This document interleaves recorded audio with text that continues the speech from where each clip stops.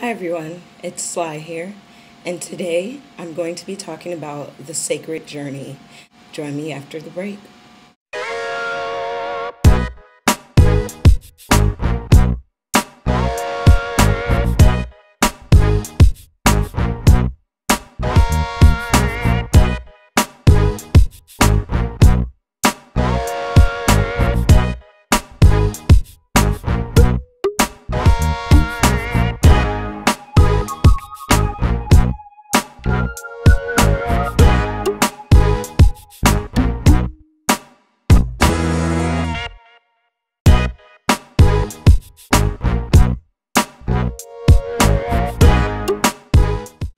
Welcome back.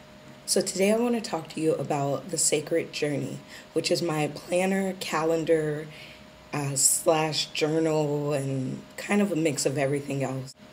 Everyone has their different way for how they keep track of their goals, whether they write them in a journal or they just sort of set them out at the beginning of the year. And they use a vision board. People also have their own way of keeping track of their calendars. Everyone has their own system. What I found was this here.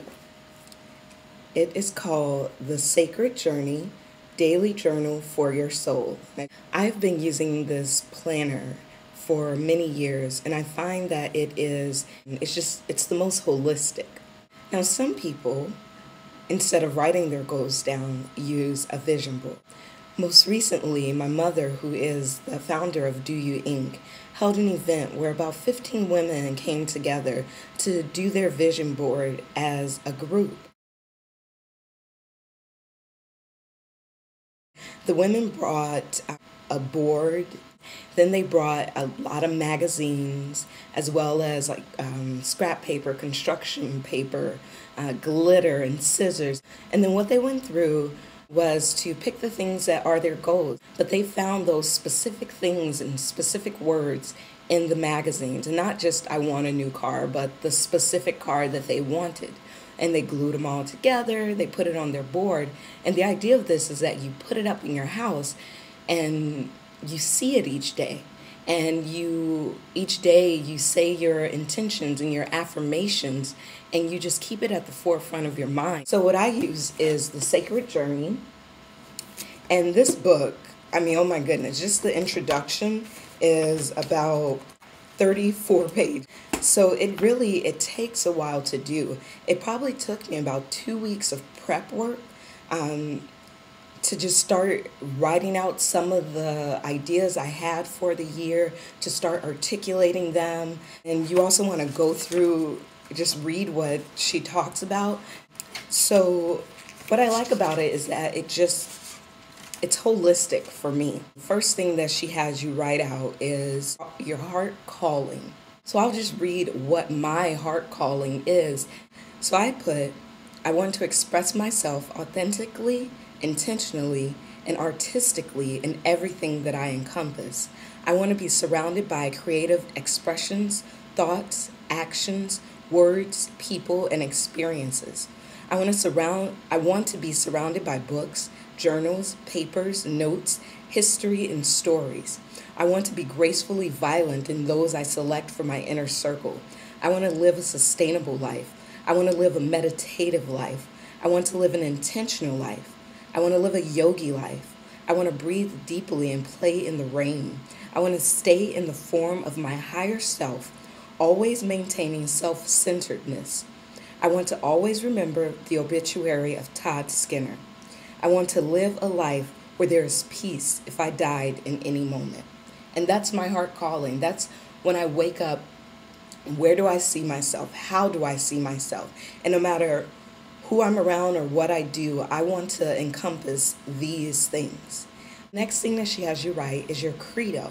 A couple of my top 8 points that I live by is I will see the holy and sacred in every day.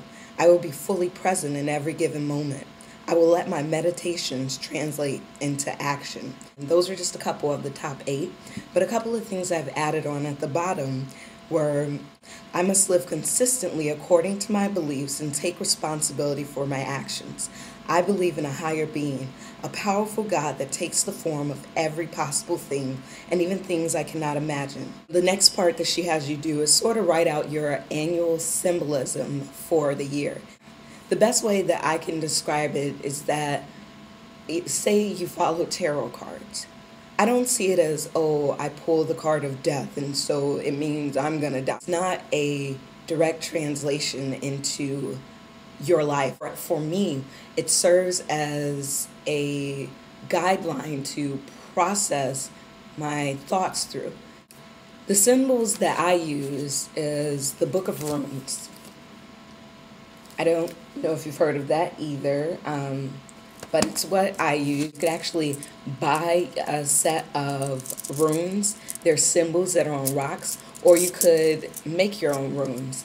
So like here's one of the symbols, and I went through and picked the ones for the year, and then I went through and looked up their meanings, and I picked, like they have, I don't know, each one can mean 1,000 things, and I picked the top 3 things that I would kind of use to focus on. So one of the runes that I picked was Berkana, which amongst the many meanings, I decided to focus on new beginnings, fertility, and growth. Now, new beginnings and growth can be, I mean, for me, it can mean the birth of anything, the birth of a new idea, a new project, or things like that. All of the ones that I picked, it's just going to serve as a filter for me to process my year. So along with the different runes that I picked, I went through each month and just picked a word that came to mind, and I'll use that sort of, you know how you do free writing, you pick a word and let that lead you to other words. So I went through each month, and so like for January I put transition, or for April I put sanctuary. The next thing that she has you do is start to go through and write out your specific goals in all the different areas. So first you write out your heart line. I am what I take into my heart. And I wrote truthfulness, open-mindedness, cultural awareness, spiritual enlightenment, free thinkers, higher thoughts, consistency and character, flexibility, adaptability, integrity, and honor. I believe in change through thought that translates into action. I believe in mind over matter. I believe in polar shifting, and I believe in transmutation. Now, these may all sound really weird to you. Like, if you want to find out like what these words mean, I would say to read the Kabbalion. And she has you write out your creative expression, your long-reaching goals. It may take longer than a year to achieve. So then some of the other categories of goals that she has you write about are your spiritual goals, your personal growth goals, your financial and career goals, your physical health and well-being, your lifestyle goals, your personal relationships, time and travel, and even your belongings. You also write about building your circle, which is those people that are closest to you. It's being specific about each of those relationships. Then you also write about your path of service. And like I wrote about, you know, my intentions to volunteer this year, as well as a few organizations where I want to donate monetarily. And well, some of the organizations like this year that I will donate to or participate in, like there's Red Room Theater, or I'll be donating to Angela Shelton. Google her and learn about her. Another thing that I want to donate or participate to is to LGBT. That's just one of the issues that I care about, same-sex orientation. Then you also write about your giveaways. And this doesn't just have to be materialistic things. Like there's a couple of pages for It's My Birthday, I Can Wish If I Want To. This calendar also, or this planner also includes lots of blank pages where you can just scribble and write out things as the week occurs. And at the beginning of each month, there's a section for your affirmations, your gratitudes, opportunities, and goals for the month, your symbolism. And midway through the year, there's like this check-in section. And because I like words and I like writing things down, this works for me. So if you are looking for something to use as your guide for planning your year, as well as a planner itself, I would recommend The Sacred Journey.